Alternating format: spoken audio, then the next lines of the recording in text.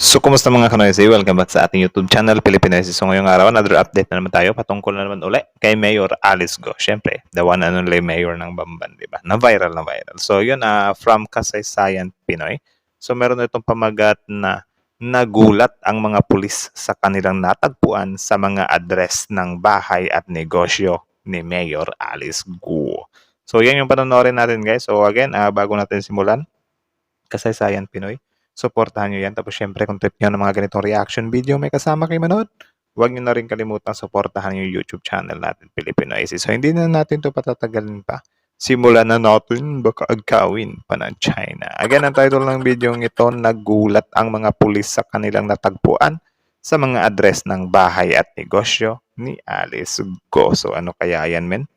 Grabe, ginulat talaga ang pulis. Ano? Well, di na nakakapagtaka yan. Ginulat niya nga ang buong mundo, di ba? So yun, like, comment, share, subscribe. Filipino IC start. Katanungan sa pagkatao ni Bamban Tarlac Mayor Alice Guo at habang inimbestigahan siya ng Senado, marami pang natutuklasan sa kanya. Ulit. Salamat po.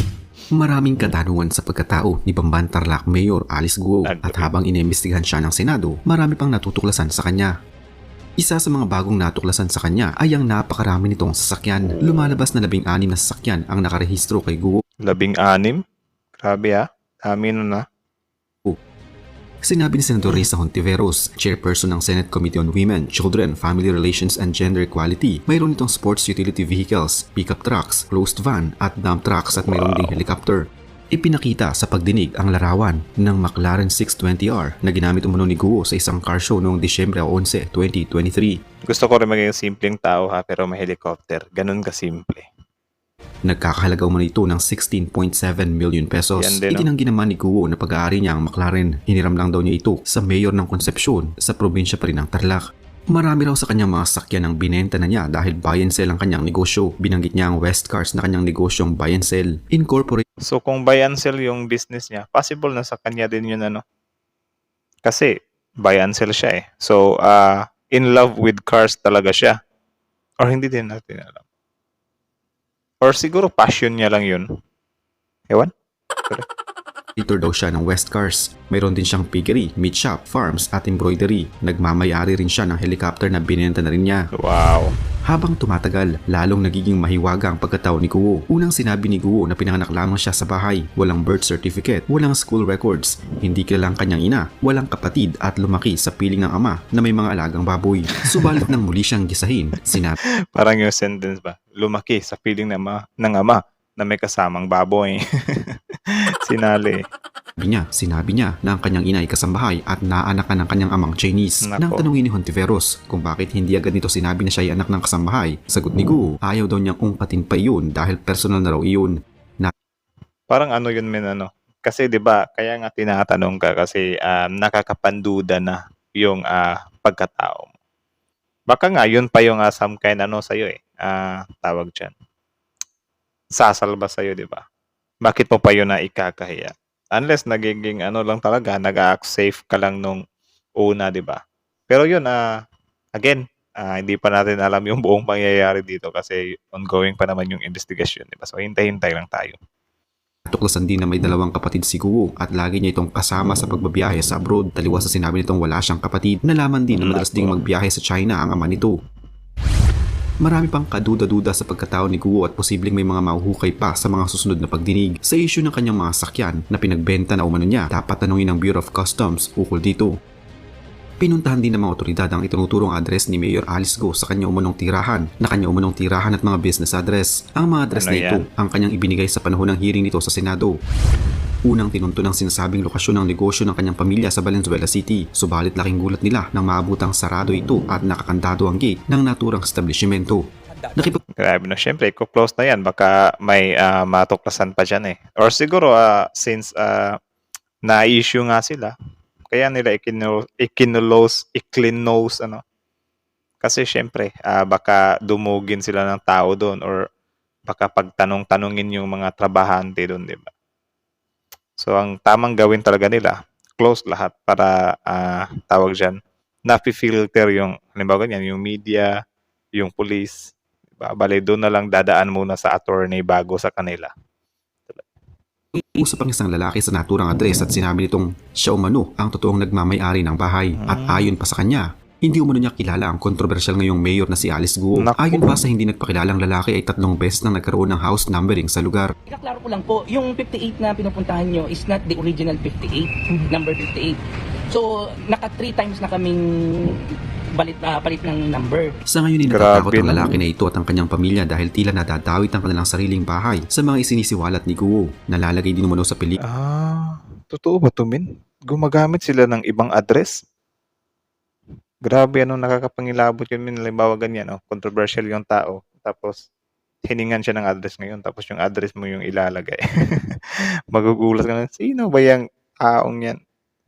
ang kanilang buhay dahil sa mga kasinungalingan ni Alice Guo. Siyempre natakot kami, baka mamaya marami nga pumunta, like what happened now. Grabe, no? Bakit kaya? Sana out of na kami. Sinubukan ding hanapin ang address ng business partner ng pamilya na si Wen Liyin na sinasabing tunay din na ina ni Alice Guo sa barangay Dau, Mabalacat, Pampanga. Subalit bigo na naman sila dahil hindi nila ito makita. Sir, hindi pa po namin nanap, sir. Tanong-tanong pa kayo. Unang sinabi ni Alice Guo na siya ay Yan din, since naharap na sila ngayon sa mga issue-issue, nagsiwalaan yung mga pwede sanang sumagot or makapagpalinis ng pangalan niya, no? Ang dapat talaga, if ever na hindi talaga siya guilty, humanap siya ng paraan na makita yung mga tao na pwedeng makapag-prove na innocent nga siya, di ba? Kaso lang, doon sa business partner niya, sabit na siya doon. Di ba? Kasi, wala, fugitive yun eh. Yung Winyilin, pwede rin yun. Kaso lang, inaambahan siya ng ng DNA test. So baka hindi rin yun pupunta. Yung tatay niya, ewan ko lang. Pero I think kung concern talaga yung tatay niya sa kanya, pupunta yung tatay niya dyan eh. 'Di ba? Siya yung sasalo. Pero I think hindi yun pupunta dyan sa Senado. Tuloy. ang love Pero- child at ang kanyang umunong ina ay isang kasambahay na nabuntis lamang ng kanyang Chinese na ama. Pero ayon sa mga mambabatas, si Wen Liyin ang biological na ina ni Alice Guo. Nako. Subalit bukod sa hindi nila makita ang bahay ni Wen Liyin sa address na ibinigay ni Alice Guo sa mga kinauukulan, nakakapagtaka din na hindi kilala ng mga residenteng malapit sa naturang address si Wen Liyin. Ay, wala rin. Wala rin mga Chinese rin na nandito. Konti lang. Pero yung itsura po na yun, yung nasa litrato. Wala man dito. Oh, 'di ba? Pati yung address ni Winyilin, hindi din nila alam. Oh my goodness, palalim ng palalim. Mukhang may something. Ano kaya 'yan? Ang lugar kung saan Meron ba? sinasabi ni Alice Guo na siya ay lumaki at nagkamulat, hindi pa din mapasok ng mga otoridad. Ito ay sa isang farm sa barangay De Los Remedios sa Bamban, Tarlac. Hindi Ang tanong, bakit hindi pa pwedeng pasukin? Alam naman natin na nasasangkot na sila, 'di ba? Ganyan tayo eh. Kapag sobrang yayaman, wala, parang hindi natin basta-basta napapasok. Pero kapag mahirap lang yung nire-raid, wala, pasok agad. Tapos yung iba, plinaplantiran pa nga, di ba? Malas-malas talaga yun. Though hindi ko naman nilalahat yung mga otoridad na ganun, pero merong mga ganun eh. Di ba? Itong mayayaman, pwede naman siguro pasukin agad yan. Especially, sangkot sila sa sa big controversy. Pogo yan, men. May mga hacking dyan. At pwede makapag-threat sa national security natin, di ba? So, why not? Lalo tuloy nga, mamaya, tingnan na natin sa comment baka may mga din dito, mga kababayan natin na na-trigger na naman na, grabe! Kapag ka mahirap, pasok agad. Kapag ka mayaman, hindi pa rin napapasok hanggang ngayon. Ilang linggo nang nakalipas. Grabe. maaaring pasukin dahil na din sa bago umanong security measures na ipinatutupad sa lugar dahil sa pagkakasakit umano ng mga hayop sa loob ng farm. Totoo ba yan? Makikita naman sa mga bahay-bahay malapit sa farm ang mga tarpaulin at mensahe ng pakikisimpatya kay Alice Guo. 'Di ba? Wala guys, mahal siya ng taga-Bamban. Di din natin sila masisisi kasi naman, nakakatanggap naman talaga sila or na-feel nila yung tulong na ibinibigay ni Mayor Alice Guo. Doon sila eh. Doon lang sila nag-i-stick eh. Hindi nila tinitingnan yung mga parts ba na, may ganito palang ginagawa yung Samkain Mayor namin. Connected pala siya sa Pogo. Dapat tingnan din natin yun kasi yung mga illegalista guys, hindi ko sinasabing illegalista talaga si Mayor Alice Guo, pero yung iba pa, billion ang kinikita nila or million yung kinikita nila. Yung mga pinantutulong nila, libo-libo lang yan. 'Di ba? So mas malaki pa rin talaga yung kinikita nila over sa tinutulong nila. Kaya nga yung hindi tayo basta-basta lang nakapokus sa nakatulong. Dapat ano din tayo kasi pwede siyang makaapekto sa national security natin eh. 'Di ba? Gising muna gising or be fair tayo ba? 'Di ba? Tuloy. Ayon sa mga residente, mahigit na sa 2 linggo na hindi nila nakikita sa munisipyo ang alkalde mula nang pumutok ang issue sa Pugo. Hanggang sa kasalukuyan ay binabalot pa rin ng hiwaga ang pagkatao ni Alice Guo. Hindi pa rin malinaw sa kahit na sino ang kanyang totoong pagkatao at kung saan talaga siya nagmula. Marami pang mga tanong ang dapat nitong sagutin at tiyak na marami pang mga sagot ang mas dapat pang busisiin. Kung matatandaan din, ilan sa mga kababayan ni Alice Guo sa kanyang lalawigan ang sinabing hindi nila kilala ang alkalde at bigla na lamang umuno itong sumulpot. Maging Diba? Meron nga din hindi pa nakakakilala sa kanya eh. gobernadora ng Tarlac ay hindi din gaanong kakilala ang naturang alkalde. Inano niya si Alice Go, hindi ko kilala. Hindi namin kilala, biglang lumitaw. Nako. Oh, bigla siya lumitaw, hindi namin kilala yan. Imagine, 61 years na ako dito. Oh, mula tulay at saka dito sa boundary ng Kapas. Oh, lapit-lapit lang. Halos lahat ng tao rito magkakilala. Hindi ko kilala. Ni mukha man, hindi ko pa nakikita yung mukha niya eh. Sa ano lang, sa TV lang. Malacanang lang, nung ano yun ni Hontiveros. Doon ko lang nabalita na nakpan. Grabe, hindi kilala. Well, ako din naman guys, hindi din naman ako ganong kilala sa lugar namin kahit na more than 20 years na ako. Hindi lahat ng tao na nakakakilala sa akin. Tuloy. Lakad niya una, maganda yung pamamalakad niya. Maganda yung kanya. Eh siyempre may pera yan eh. Yun ang hindi ko alam kung saan siya galing. Biglang lumitaw. Small. Buti pa si tatay na gets niya. Nung una, tumutulong siya. Siyempre may pera. 'Di ba? Doon tayo eh. Doon tayo men. Kasi sometimes dito sa mga illegalista na tao, pwede nilang gamiting front yung pagtulong nila. 'Di ba? Try. Nila yung Chinese kaysa kabayan nila na ipinanganak dito sa Bamban. Siyempre, Nako. magtataka ka, bakit?